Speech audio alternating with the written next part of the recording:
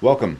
It's Tuesday night, and we are very glad you're joining us tonight, especially if you're joining live. If you're watching after the fact, we're glad you're taking the time to watch our podcast. We do really encourage you to join live if you can. I know some folks are, we get some folks in our regular audience that are, in different time zones, totally understand. And so, feel free, as I've said before, to use the chat box to ask questions you would like to pitch in there. We're happy to field those or even answer them through the chat.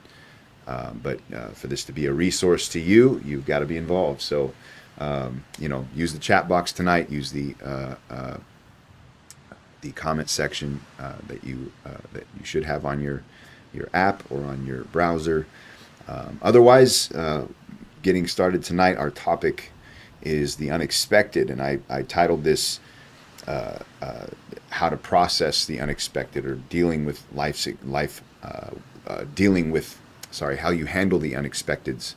And I could use, there's a lot of examples I could use that have inspired this thought in general, but it was mainly scriptures that were coming into my mind. One of them, I won't even really share the scripture because it might not be relevant for everybody, but just the idea that we can have ideas and plans and intentions regardless of their moral grades, so to speak, and we're going directions. It could be a good thing, it can be a bad thing, whatever.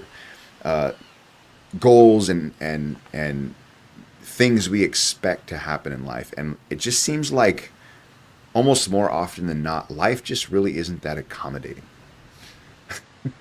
If that makes sense. The way that life happens, and it is, and I use life on purpose because it is life. It's just how life works, and it's mentioned a lot throughout the scriptures, and it's not different for the Christian and the non-Christian. But there are some things in scripture that have stuck out to me that seem to be,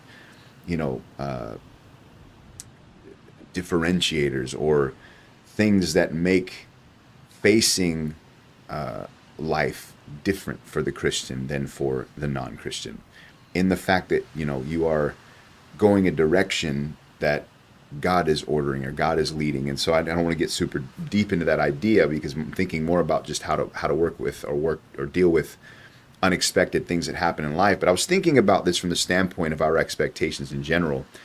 And there is a bunch of scriptures in the book of Proverbs which are fun to read, and they're fun to think about. And one of them is in Proverbs 12:5. He says, "The way of a fool is right in his own eyes, but he that hearkens unto counsel is wise." So it's talking about two different perspectives in a sense. One is a fool, and he's got a way that is right in his own eyes. This is, I'm going to do things my way, and this is the right way. So they've convinced themselves that it's the right way to go, the right thing to do.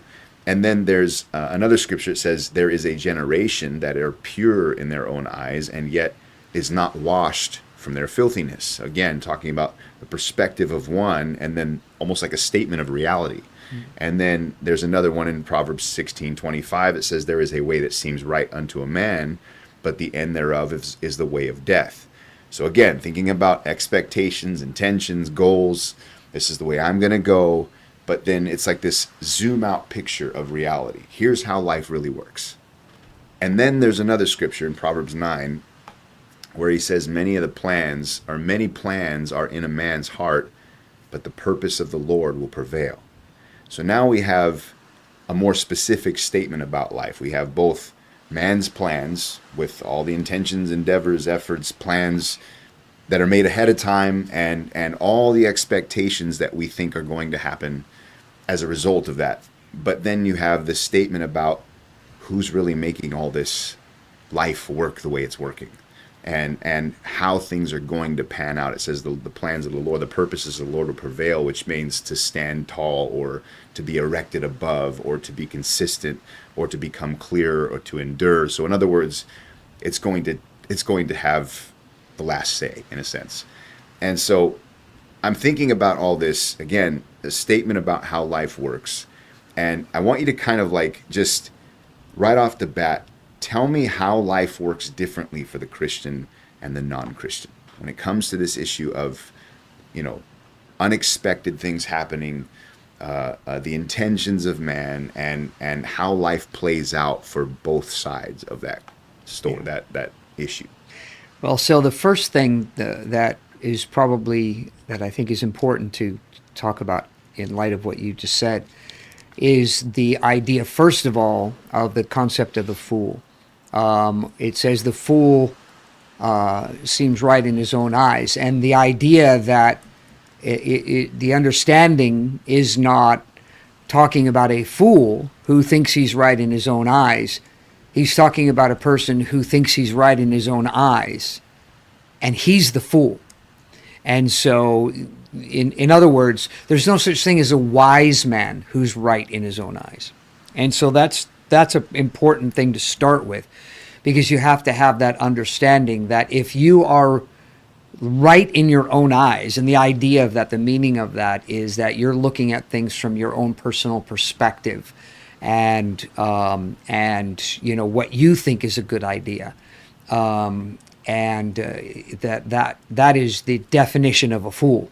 Is that you do that, you are trying to play out life according to your own ideas, and so that's important to have established. And so we need to establish that if you are making your own plans and you're going by what you think is right in your own eyes, you're a fool for doing that. And that's going to have negative consequences, which I'm going to talk about in a minute. And then the second thing that you mentioned was the idea of God's plans prevailing. And so the understanding that God's plans prevailing doesn't have anything to do with our plans. It's not God overriding our plans. It's God's plans.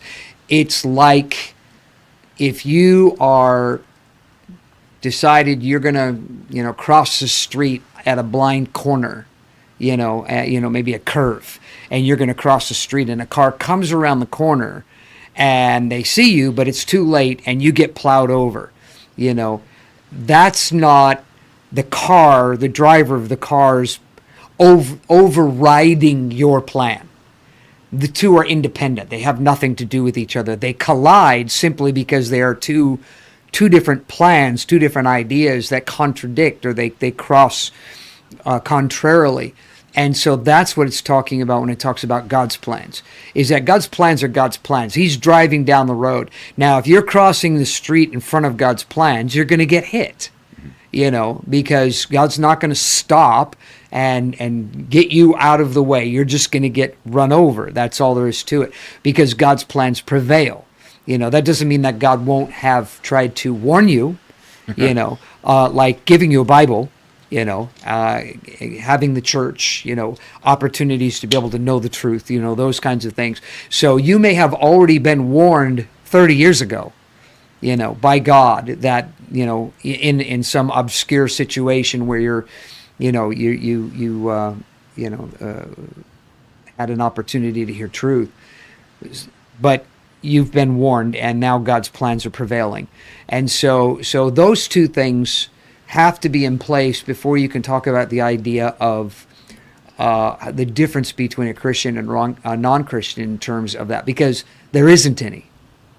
And that's important to establish, is that the Christian doesn't get a pass. Mm-hmm.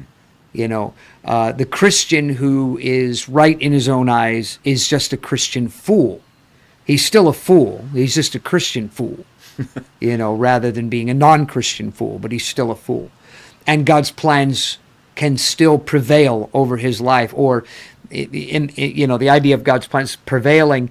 The point that I'm making in that is God's plans may prevail, and you may not know anything about it because you're so far out of the will of God, whether Christian or non-Christian.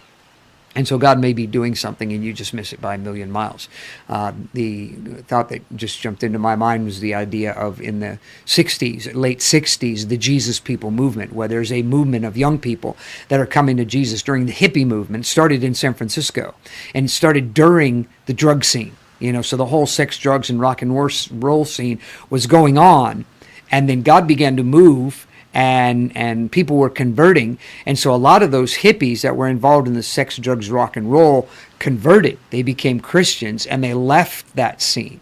But during that time, there were still a lot of people who they never did. Robin Williams was one of those. He was actually there during the whole scene. Really? In the During the hippie. He was in San I mean, he Francisco. always struck me as kind of a hippie. Yeah, I he never was actually in knew San this. Francisco, That's and right. I he didn't know was that. and he was a part of the whole hippie scene. Really?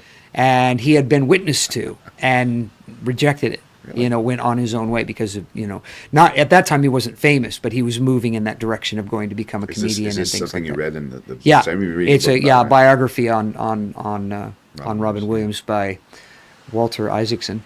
Was it Isaacson that did the book? Yeah, and so the point that I'm making there is he just missed it. It wasn't. He didn't get run over by it. He went on and got involved in his career and did Mork and Mindy and his became a comedian and so all of that went on, but he missed the will of God. But the will of God didn't run him over. And so that's the only point that I'm making is that we may get broadsided by God's will and we may not. One of the things that's often said is if God is so good, then why is there so much suffering in the world? Well, a lot of that suffering is from us running into each other, not running into God. Yeah. And so, but we do occasionally run into God as non-Christians or even as Christians who are not interested in the will of God get broadsided by God's will because we're in the way. And so. I think that relationship really needs to be established. That if your title what did you call it? Unexpected. The unexpected. How to handle unexpected. Yeah. So the unexpecteds in life are not always because God is broadsiding you. That's my point. Mm-hmm. Is that sometimes things are happening, life is happening, like what you said. And it's not that God's doing something. It's just that life is happening, but God is the author of life, and so it's the snowball rolling downhill, gains momentum, gets bigger. The whole concept of that, and you may be affected by that, at some point, but it's not necessarily a direct correlation. So that's it's interesting that you make that point. There's a guy I talked to. Last Friday night, I was talking to him about Christianity and I always start the conversation asking people if they believe in Jesus just to see where they kind of where they're at, just to kind of walk through things. And he says he kind of was hesitant, but he said yeah I do I guess I just, and he kind of I could tell he knew what I was asking him. Yeah. And I said, you sound hesitant. And so we started kind of working through some things. And he said, I don't know. I guess I've gone through so much in my life. And to be totally fair, the dude looked like he'd probably seen quite a bit. I mean, he kind of looked kind of beat up. But I couldn't help but feel for the guy. He doesn't know Jesus like I do. And so there was this gap. Like I felt like I had something to offer this guy that he'd never experienced before. And as he began to tell me his some of his story, talking about losing a child and just looking at how jacked up the world is in general, and that's what his mind has just been dwelled on for so long. He said it's hard because there have been times I pray to God and I feel like nothing's happened, and he's telling me all this, and I don't know his mind. I don't know, his intentions and what's really happening behind the scenes and stuff like that. But I couldn't help but just try to, explain to him, listen, that doesn't make God not real. Yeah. But it does highlight the idea that some people might genuinely look at life and question it, just like you just said, of, okay, if God's real, then where is he? Yeah. In all these circumstances, and like you making that point that it's not necessarily God broadsiding people with his way, but that the way we have made our lives is so jacked up. What the question has to be answered. What like when does God get involved in that? And so the question I'm asking, I guess, is how do you respond to something like that? Yeah. So the question I think is a fair question. Where is God? That's a fair question to ask. Blaming God is not a fair statement to make. Can you deal with both? But okay. So you can't blame God because, well, the reason why we blame God is because we are ignorant to the truth of who God is and what God expects of us. And so it comes out of ignorance. And that's why we blame God, is because it's like a child wanting to know why they can't have a second ice cream. You know, they don't have they're too ignorant to understand. You're not going to sit there and explain nutrition, you know, to a 3-year-old, you know, as to why he can't have another ice cream. You know, no, it's just no. You know, and so there are a lot of times where that's what we get from God, is just no, you don't understand, and I can't explain it to you in a way that you will understand it. You just have to accept this is the way things are. And there's a truth to that. You know, we do have to accept things the way they are. And, you know, the way that you were talking about this particular individual is an acceptable behavior. You know, I've lost a child. I've had knockbacks in life. Where is God? What does this mean? How do I interpret this? How do I process it? Those are valid questions. Everybody should be asking those kinds of questions. I ask those kinds of questions after 42 years of being a Christian. Where is God in this situation? What do I need to do? What is, you know, where's my place in this? What's the right response to this? Because I'm not a 3-year-old anymore. I'm a 3.5-year-old. I've grown in 42 years. You know, and that's how much closer I've gotten to Jesus, is about half a year. And you know, that's just the reality of how much there is to know about God and the things of God. And there's a lot of mystery as to how God works. And it's funny because I knew a lot more about God probably 5-6 years ago than I do now. How do you? Okay. You know. Though I'm not going to stop you, but I might come back to that. Well, no, the reason why I say that is because I've had things happen in the last 5 or 6 years that have never happened before in 42 years of Christianity. Yeah. You know, and they're not things that I ever expected. You know, and it's like, wait, how do I process this? This doesn't fit in my experience or my theology. So what do I do with this? You know, and so I've had to reevaluate things, and that's part of the reality of being a real Christian, is coming to the truth that, you know, you might think you've got things figured out, but you don't. You know, you just think you do, and life will show you that you don't have things figured out. But at the time that life shows you, it may be too late for you to do anything about it other than to just simply learn the lesson. And that's where the processing comes in. Man, where's God in this, and what do I do? You know, I was explaining some situations of some things that I've been dealing with, you know, to an individual today, and their response to me is, well, you know, I just want to encourage you. You know, I really do. You know, I've had this kind of experience, and, you know, classic stuff of, I know people who've tried to work things out in their own ability, and it always fails. But those who just give it to God, you know, everything works out. And you know, so it was one of those kinds of things that I've heard over the years of people that love to tell me, oh, you know, see, when things are really, really bad, you need to just give it to God. Well, that doesn't work when you're a thinking person.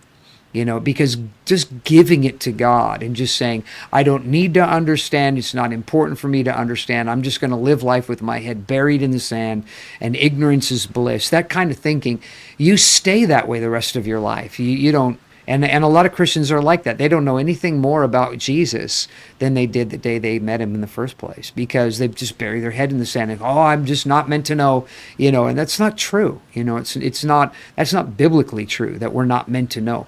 The Bible says that it's the I can't remember the key word. Is it the privilege or the honor? I can't remember. The glory is actually the one of the yeah, the glory. It's a glory of God to keep secrets, but it is the glory of man to discover them. Yeah. You know, and I had that keyed for my notes, but I didn't put it in. So because that's a powerful thought, you know, because it makes it very, very clear that part of the excitement of being alive is discovering God and the truth of God. Yeah. You know, where people are just like, you know, no, I'd rather just walk around ignorant, blindly walking into walls, you know, and you know, kind of like, you know, one of those wind-up toys, you know, just let them go and they just bang into things, turn around and walk the other direction, and they have no idea or no concept of what's going on in life. And it takes all the joy out of what it really means to be a Christian. of the discovery of God, understanding deeper truth and deeper understanding, because you have to change. You think after 42 years, what do I need to change? I've changed everything that I've changed probably 15 times in my life. Well, time for number 16. And that's just the reality of having to change and wanting to improve and to get better. My whole, just in the last probably 3 weeks, my whole world has been reshaped out of one Bible conference, and go to a Bible conference and come back and think, I'm going to do this differently. I'm going to do this differently. I'm going to do this differently.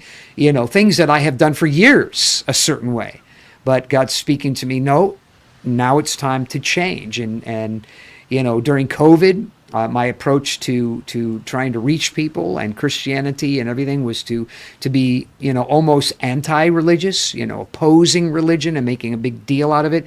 And then I felt God dealing with me. Okay, that season's over. You're going to stop doing that now. I want you to start focusing on bridging the gap between religious people and Christianity. I don't want you to just kick religious people to the curb. I want you to start bridging that gap. So for me, it was like non-religious. I just want non-religious people. I don't want anything to do with religious people. It's just too much time and effort.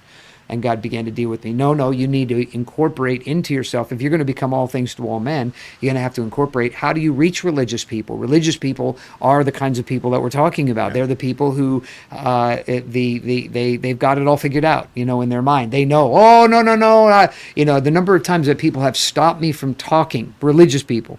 When I talk to a non-Christian, they listen when I talk.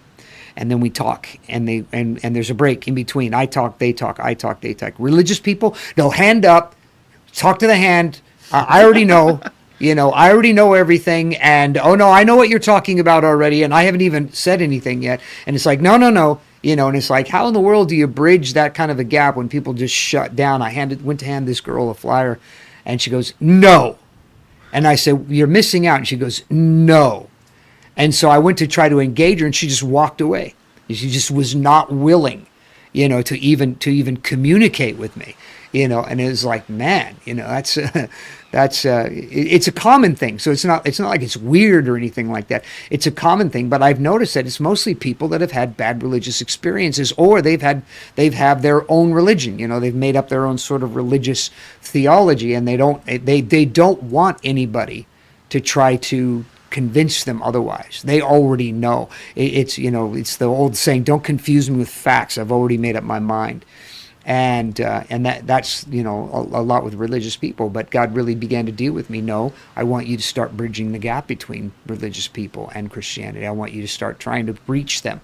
And so that became my prayer. How in the world do you reach people who talk to the hand? I don't want to talk to you. I don't want to have anything to do. How do you even start to go there? And it's something new. That's began to start. But that's Christianity. That's the fun of Christianity, I think, is growing, and learning and being flexible and changing and developing. And so this whole idea of the unexpecteds of life, expect them, expect the unexpected, because that's a great opportunity for you to grow, in life. So,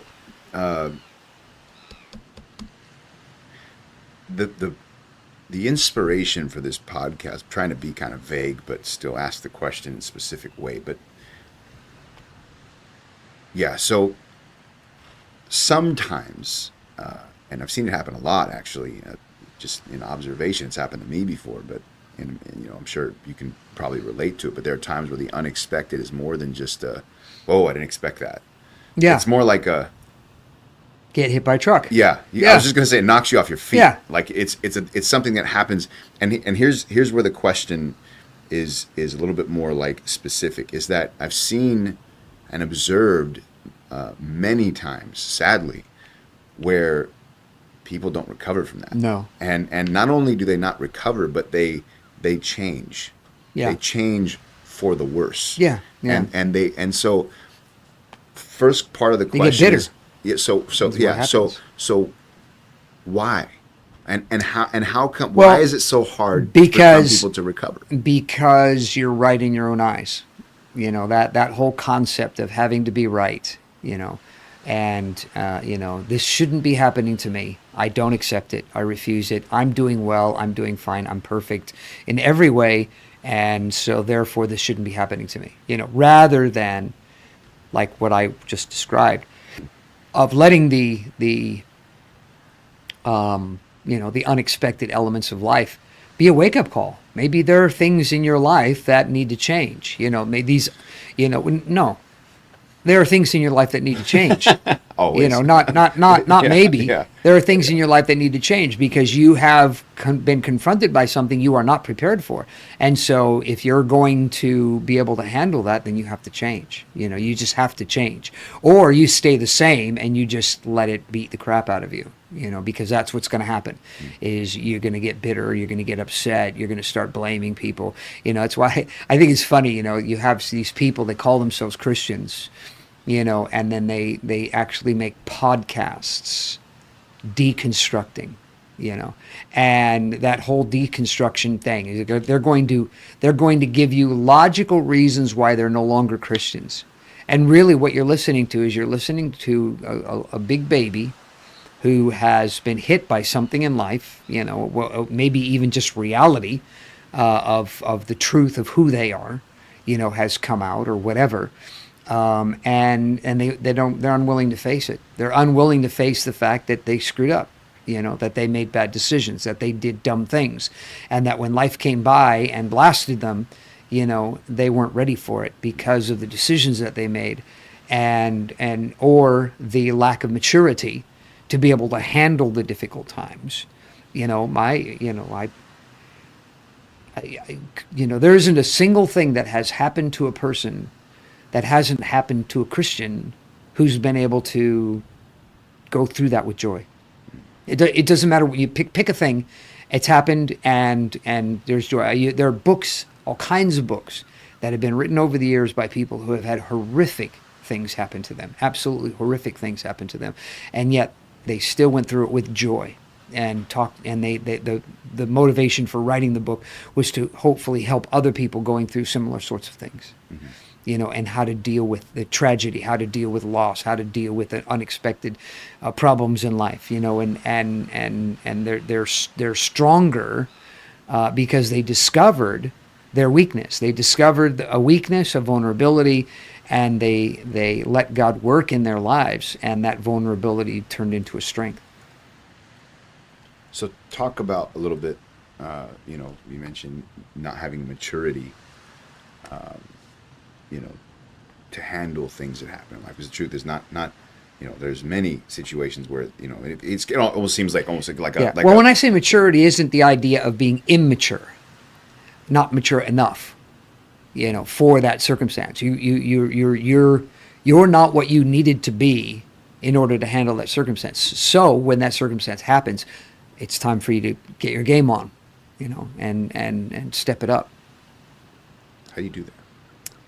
How do you step up your game? Well, the first thing you have to acknowledge it. I mean, that's the most important thing, is just to realize, okay, whatever's happened to me, it's funny because it's a prayer that can be mocked by those who don't really understand it. But the I think it's the Alcoholics Anonymous serenity prayer. Mm-hmm. And it's the whole idea of being, having the boldness to change the things that are within your control, but also to have the wisdom, and the patience to deal with the things that you can't change. Mm-hmm. And so that whole idea, that whole understanding is so critical to life, because you can't fix everything. And coming from somebody who fixes a lot, I actually have a cup that I got for Christmas. I think it was Christmas that I got the cup, and it said, oh no, it was Father's Day, and it said, I fix things on the cup, and because that's all my life, I fix things, and I work at things until I can fix it. But there are times when you can't. There are times when you can't fix a thing. It just can't be fixed. It's beyond being able to be repaired in any kind of reasonable sense. Everything can be repaired, even if you have to remake it from the ground up, but reasonably so. There are things where I just throw it in the trash. It's not, I look at it and say, this is going to cost me $75. It's a $5 part. I'm just going to go get another one. And that's just the reality, is that sometimes you just can't fix it. And in life, because you have to have a fix for the things in life. You can't just leave things broken in life. sometimes we don't have what it takes to fix it. But if we will, putting it in the right context, because it really is a bigger than us thing, is that if you'll seek God and you will ask God to help you, then God can show you how to fix it. He can show you what needs to be done in order to fix it. So that, which will mean change. That requires obviously having that kind of relationship Yes. with God. Yeah, and the humility to be able to recognize, that's part of that serenity prayer, is that idea, just recognizing your own limitations, being able to know when you need help, and genuinely so, and not being afraid to ask for help, especially from God. I have, there are times where, even Sunday night you're preaching and I'm sitting there and you're talking about pretty basic stuff. But the thing with basic is that basic has layers. And so even though it may be basic at one level, it could be completely much, much more deep and important at another level, and thinking about different things and, my experiences and some of the struggles that I've had with things that have happened in my life that I've prayed about and have not gotten what I would call a sufficient answer from God as to how to deal with these problems, and still in pursuit of the answer to that, and God just whispering, I'm still God, and even though you don't have an answer to every question that you have, and even though you are humble enough to ask these questions, it doesn't mean I'm obligated to give you all the answers, you just have to trust me. And that idea of trusting God can sometimes be difficult when you need an answer right now. You're in a situation, you're in circumstance, you think, yeah, but especially in my life, I just turned 63, and so it's like, it's not like, when you're 30 years old, you've got a long time left to work things out. You can at 30 years old, you can say, you know what, it's time for me to stop doing drugs. It's time for me to go to college or university. It's time for me to get a career going. It's time for me to get married. There's a lot of things that you can say, it's time for me to do this. And then you are still going to experience the fullness of it in your lifetime, given a regular lifetime. But when you're 63 and you hit up against something like that, you're going to only get a bit of it. You're not going to get the whole thing. I'm not, if I got married at 63, I'm not going to have the experience of raising children. I'll have the experience of raising grandchildren, if I was to even have any children at 63 years old in Abraham style. But, and I'm not going to wake up at 63 years old and say, you know what, I need to start putting away money for retirement. It's too late. It's too late. I waited too long. I'm going to have to come up with a different approach to the future than what a 30-year-old would do. And so when life has passed you by, you can't go backwards and fix all those things.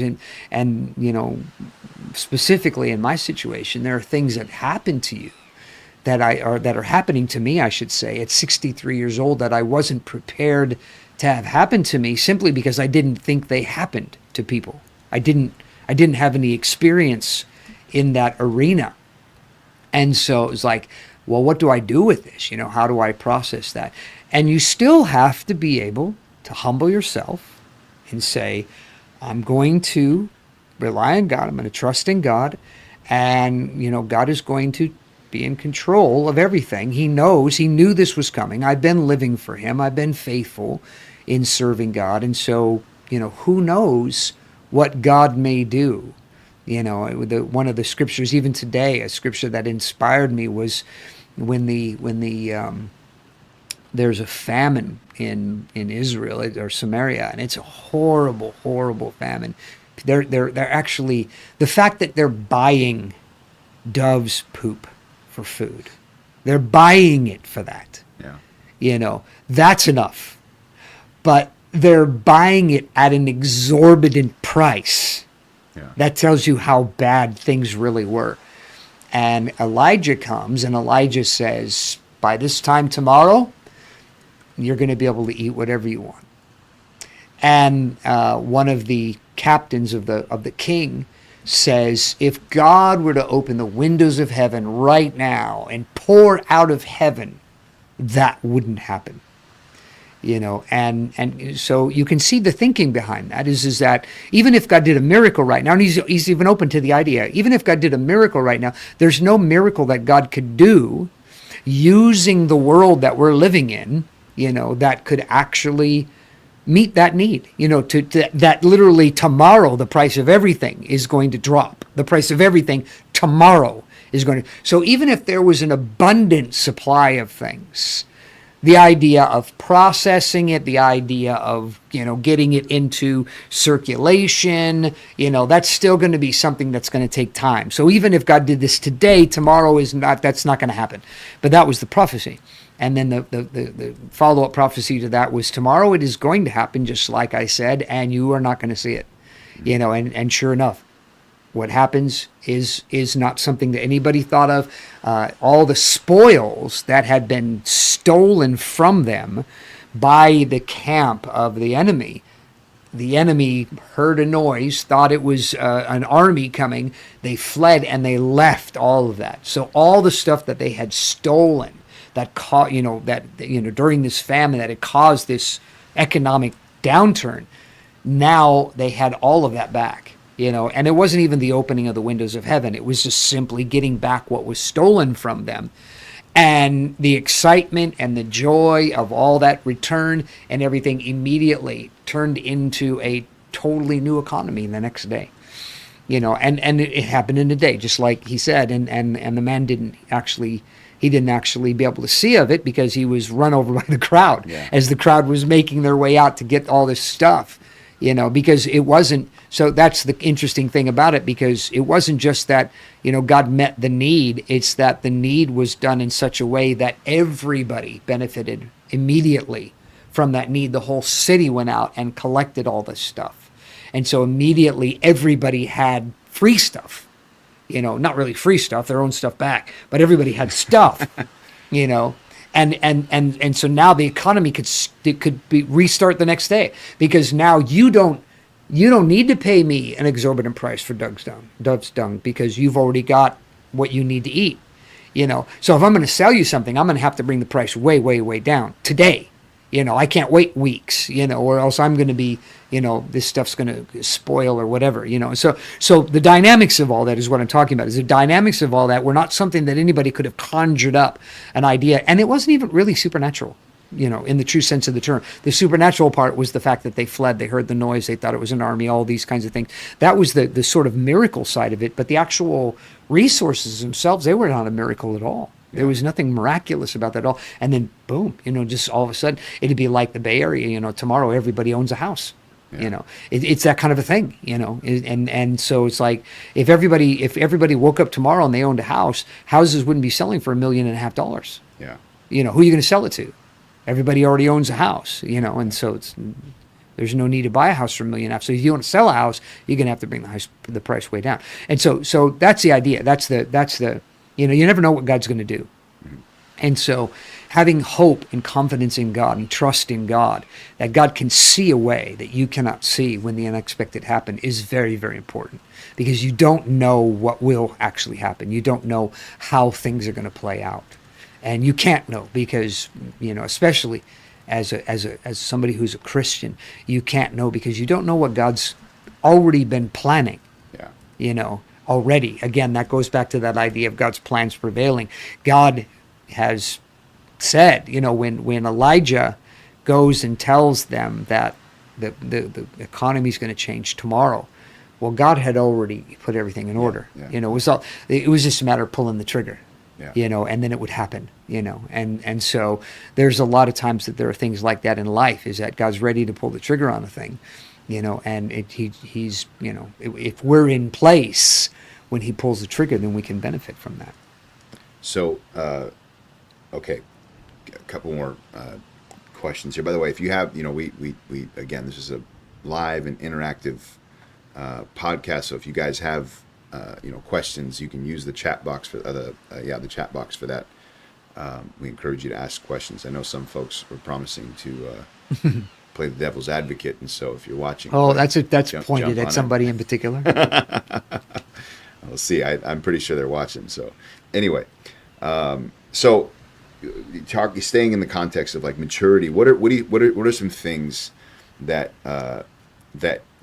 maybe they're things that are like we'll just call them staples, or these are things you can't change these. And staples not the right word, but constants. These are things in life you can't change these. You have no control over these categories or these things in life that people still struggle with, despite the fact that they can't change them. They still struggle. They have a hard time processing it. They have a hard time. What would you mean in particular? Because I can't think of anything that doesn't have any fluidity. Time.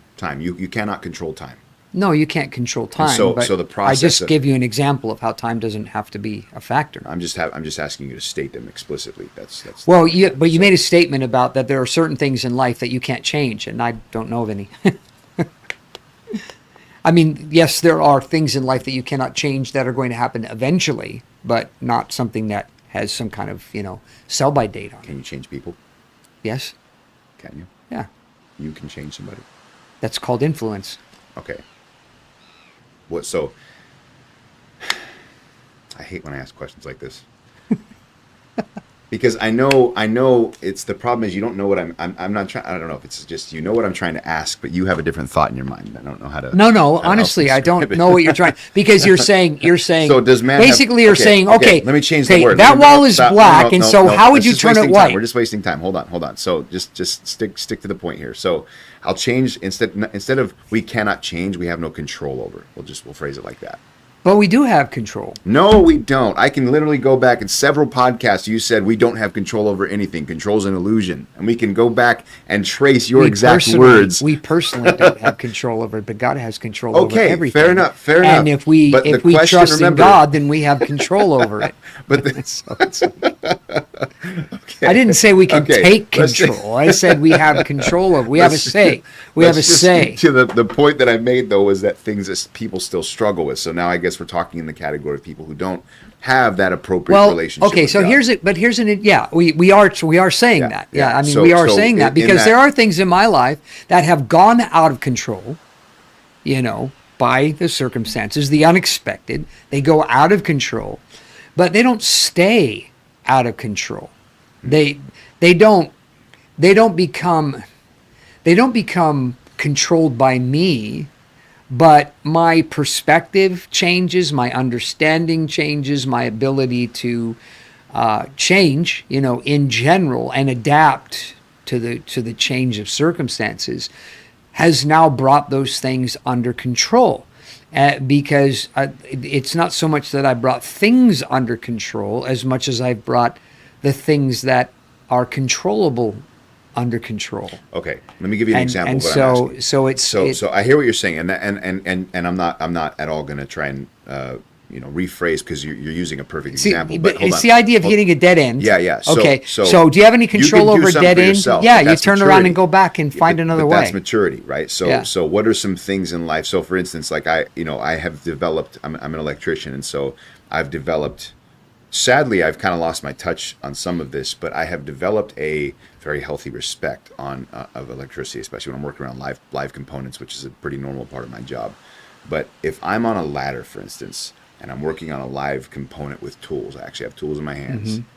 If I'm on a ladder and something slips, a bolt, a nut, a tool slips out of my hands, I have gotten into a steady and consistent habit of not overreacting. Yeah. Because your instant reflex is to try and catch it. Which I've seen people get shocked, fall off of ladders, and hurt themselves like crazy. So when you drop it, you've lost control, right? How I react to it, I still have control over. Yes. But I cannot control now what happens to that, at least efficiently or safely, in this circumstance. Okay. So what I'm after is. Okay, just say what you want to say. I'm trying to give you time to finish your thought because So, my point is some people in a situation like that still overreact. they'll still, and they get hurt, and things will pop because they go to grab the metal, and it flies into the panel and touches live components. And I've seen it happen tons of times. Over time, I've learned not to do that. Yeah. Right. Well, the only contention that I was going to have to that, specifically in that particular situation, is the idea of you are exercising control. Just because the tool is falling, you lose the tool. There are consequences that you cannot combine control and loss or gain altogether. So, but there control is a different thing. Okay, so if you have a car that you're driving and you're on your way into a head-on collision, and you decide, instead of going into a head-on collision where your combined speed is you're going 50, they're going 50, 100 miles an hour, you choose 50 miles an hour over something on the side of the road, that's still control. Over yourself. Well, it's control over the circumstance, because there is sorry. Okay, yeah. There is no alternative. Okay. There's no it's not an option in terms of the control options. There's not an option to not have an accident. Right. Fair enough. Okay. So, but I'm not talking about control over yourself. What I'm talking about is, what are some things in life that people face that can go out of your control, and do, because that's how life works. And you're trying to control the whole thing, but then something happens, life happens, and unexpected happens. The thing you do still have control over, clearly, is how you react to it. But my question with the context is that people still struggle with that. It creates a conflict, and they lose it. They don't recover. Yeah. What are some things that maybe cause that in people more than they should? Okay, so what I just said, that idea of control, gain, and loss all being combined together.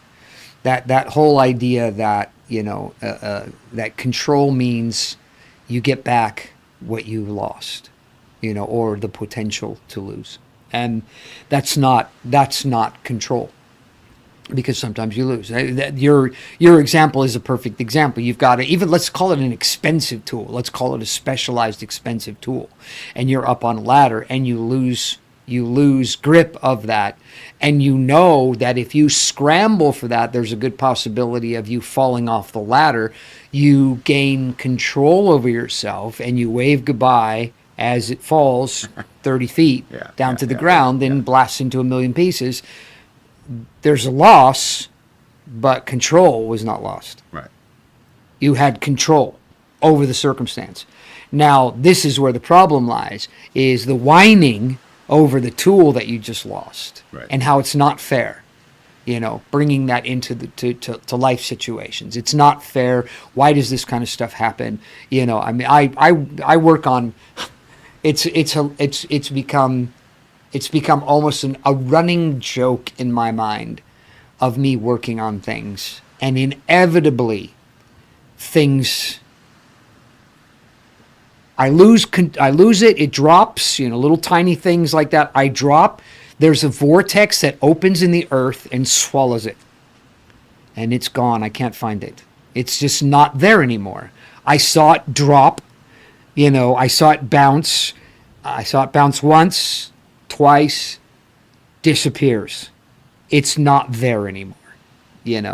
It just swallowed, and it's a joke to me. It's a laughing joke, because it's like, how in the world can things like that happen? And I know what happens technically. Is just something takes a weird bounce and it flies into the middle of nowhere, or it's just behind something. It's those kinds of things. It's there, but there's no way you're ever going to see it again because of the obstacles in between. It's just the reality of life that these kinds of things happen.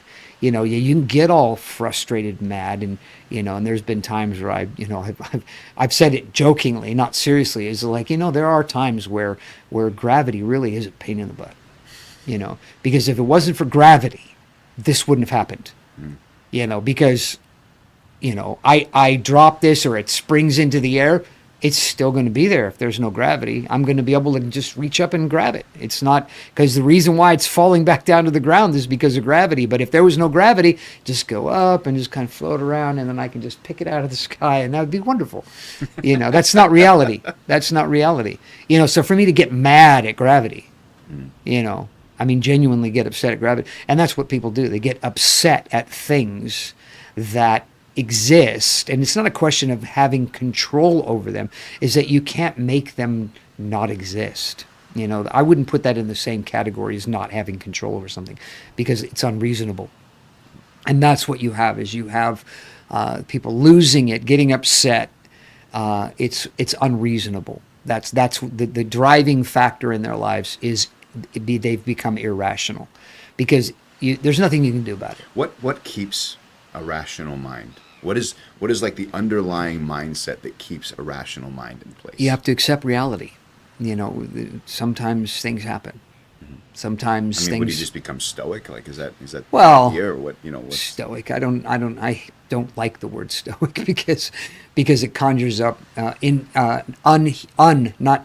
a like a positive way. Unhumanness is that you're switching off, human functionality, and the idea of mankind being fallen has nothing to do with how God created us. Man being fallen is the misuse of how God created us. He didn't create us fallen. We became fallen because of misuse. Switching things on that we shouldn't be switching on, switching things off that we shouldn't switch off. So I'm not a big fan of the idea of stoicism, or Gnosticism, is because it's always the idea of switching off things. And you become less human by doing that. And God didn't create us to be less human. Well, so like in the instance of dropping the tool, there's it's gone. But it's over. But that's not necessarily what I'm thinking about. It's sometimes it's the risk doesn't outweigh the risk itself outweighs the reward. And so, like, in a sense, if I catch it and I'm off balance and fall, then I've clearly, like... Yeah, and you're going to lose a lot more than a tool. Right, so there's an overriding... But that's my point. Yeah, that's my mindset, point. That's right? my point. And so you write off the loss. You just write off the loss and be fortunate, thankful that you didn't have a greater loss. But the problem, and because what you asked me was, people who they flip out. They go off they go off the deep end over this stuff. And the reason is because they will not accept the loss. And be grateful that it wasn't worse. Yeah. And it's not just being able to see the good in everything. It's not that kind of a thing. This is realistic stuff. Not pie in the sky emotion thinking type things. You've lost a kid. You've lost a kid. Do you have any kids? Be thankful for the kids that you do have. Do you have a decent relationship with your husband or wife? Like Hannah, give me children lest I die. And her husband's like, am I not good enough for 10 kids? Yeah. It's like, what am I? Nothing. I can't give you a son, so you're upset with, Yeah. You're gonna live a miserable life, and ruin our marriage because you don't have a kid. That was a very reasonable question to ask. Yeah. And she did pray, and God did give her a kid, and so she had her cake and ate it too. But that's, that scripture's not in there to try to tell us how we can have our cake and eat it too. Yeah. It's God heard her prayers and responded to her prayers like he did many people in many circumstances in the Bible. It's not unusual for God answering prayers. And so, but the husband's like, hey, you know what?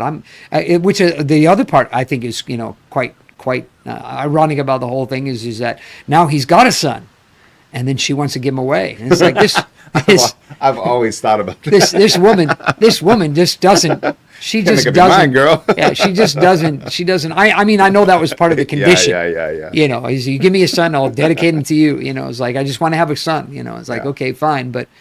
Things still work out that way, and it's like, wow, you're like running the show here, girl. Why don't you? Can I have a say? I know, I'm just your husband, but do you think maybe I can have a say in this matter? But that's the thing, is just not being able to accept the loss. Yeah. Okay. And that's where people really do flip out. Is the fact is they get upset because they're looking at the cost that they're paying and they don't want to pay it. Yeah. So, cool comment that came in. Someone cool comment. Well, it's got cool little emojis in front of it. I actually don't know how to make those in this, so I've never done that before. Uh, maybe that's actually part of the name. I don't know. Anyway, someone once said the only thing God gave man complete, undeniable control over is his or her mind. Well, that's there's truth there. I don't know. I would go that far, but there is a truth in it that I would, the only qualification, and that's, again, I'm just taking this off the top of my head, but the only qualification I would make to that is that it really is, and it's more than an opportunity. It's a necessity. God created our minds with the necessity to be under control. Otherwise it will ruin us, if we let it just run free. So, but yes, so there's not a lot. I don't, the idea of control, again, the idea, you're talking about things from different angles. When we're talking about control from the standpoint of you being able to control something is different from something being able to be controlled using the right tools. right. So that which the right tools being interaction with God. Yeah. Okay. So, kind of last, we got about 5 minutes here, but last little question and kind of conclusion is, tell me about like the right mindset to have during, we'll just call it like the wait, because you talked a lot about like, things happen and sometimes it's like there's an expectation this is going to happen eventually. And so to the example about the famine in Samaria, they're waiting essentially, and you actually get a glimpse of some of the decisions that are being made during this long, what's a siege, but they are waiting for something to happen, and they can't do anything else. And so here in a lot of ways, a lot of people that are obviously feeling extremely helpless. They're eating their own children and doing all kinds of crazy stuff, and so. But then you have the mindset as well. This guy, if God would open the windows of heaven, could that even be possible? Because in other words, there's no way that could happen. And so you see these glimpses of different mindsets in this whole thing, and then you get Elijah, who seems fairly relaxed during the whole time. And so he's drinking out of the lake and out of the river and being fed by widows. Yeah. So he's doing fine, but the rest of these folks are just kind of losing their minds. Even the king is losing his mind, and so that's what I mean. So Elijah has control. Yeah. So what's the? But there's still a famine. That's what I was going to ask. Is what is the right mindset to have? But that's the key. I think that is the key in all of this, is that even though it is a famine, Elijah is looking at this, because there's something I've been thinking about a lot. One of the great things about getting older is history. History is not something you read about in a book. History is something you've been doing.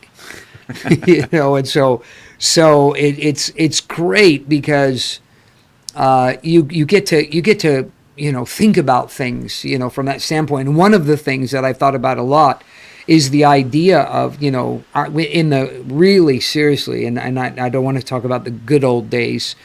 I think in every generation, and that's why every generation talks about the good old days, is that in every generation cycles out of a good season and bad season, at least, if there's not more than one. But they at least cycle into a good season and a bad season at some point. So you have kind of both of them at some time.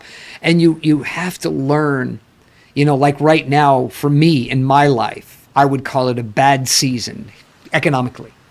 I would call it a bad season because I remember what it's like to not worry at all about money.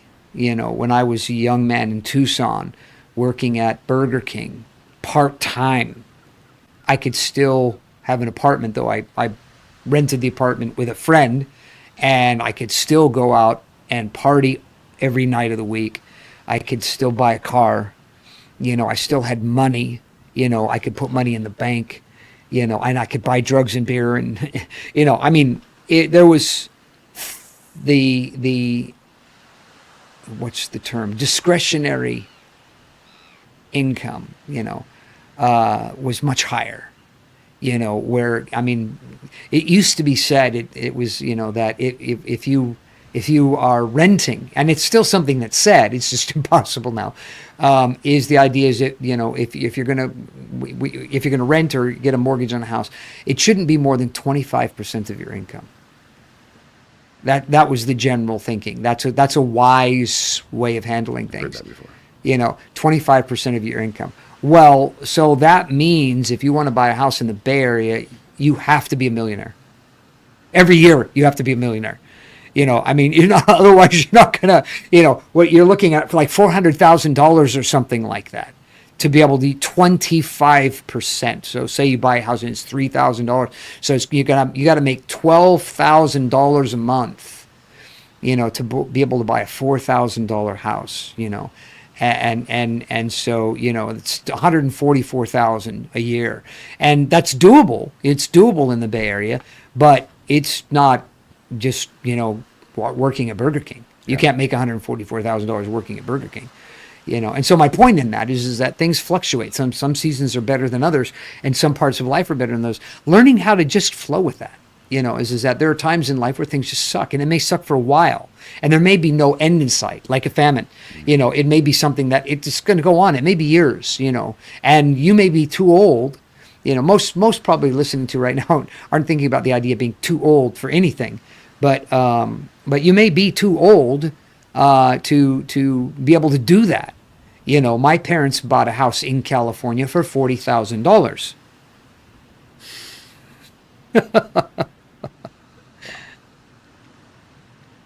Times have changed. And that was and then that was that when was that? 1962, I think, somewhere around there. 61, 62. This was around the time I was born. I think they'd lived in the house 2 years before I was born. So it was like 1960. $40,000.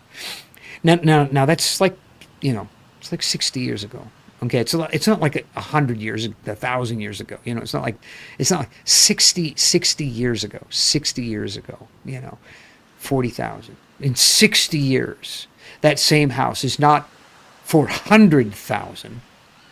That same house is 3 times 400,000. So it's 30 times the value of what it was 60 years ago. 30 times the value. That's insane. Who would have thought, that kind of thing would have happened? But it is. But salaries haven't gone up that much. Salaries haven't increased 30 times as much. I think, minimum wage was probably back then $2 or something like that, and now minimum wage is like $15, right? So it's like 7 times, And so my point being is that, the good old days. You can't think back for that. You can't think back for I wish I had the opportunity. And when something happens, you can't go backwards. You can't. I wish I could turn back the clock 5 minutes ago, because that's going to affect me for the next 2 years of my life, or 10 years of my life, if I could only turn the clock back you can't think like that. You have to move forward. You have to just realize, accept your losses, move forward. Okay, you've lost 5 years on that, but you don't know what's going to happen in between now and then. And you don't know that quote, 5 years that you've lost isn't going to actually turn out to you making decisions along the way that's going to put you 10, 15, 20, 30 years ahead in other things, because you've made a wise choice in a difficult circumstance. And so you have to learn how to accept losses. I think that's the most important thing, is you have to just simply accept the losses when they happen. You try to do something about it. You look around. What are my options? You look into your options. I exhaust every option in my life before I am willing to just say, okay, I'm going to have to learn. I'm going to have to change me now. I can't do this. I can't do that. I can't do the other thing. Can't do the other thing. That's not going to work. So, okay, I got to change me now. I've got to put this in God's hands and just let God work and see, where this all leads. Yeah. Well, how you handle unexpecteds. I think that's enough said. Very cool. All right. Well, that's it for tonight. We are at 8:03. We appreciate everybody joining and watching live. And we will be here again next week.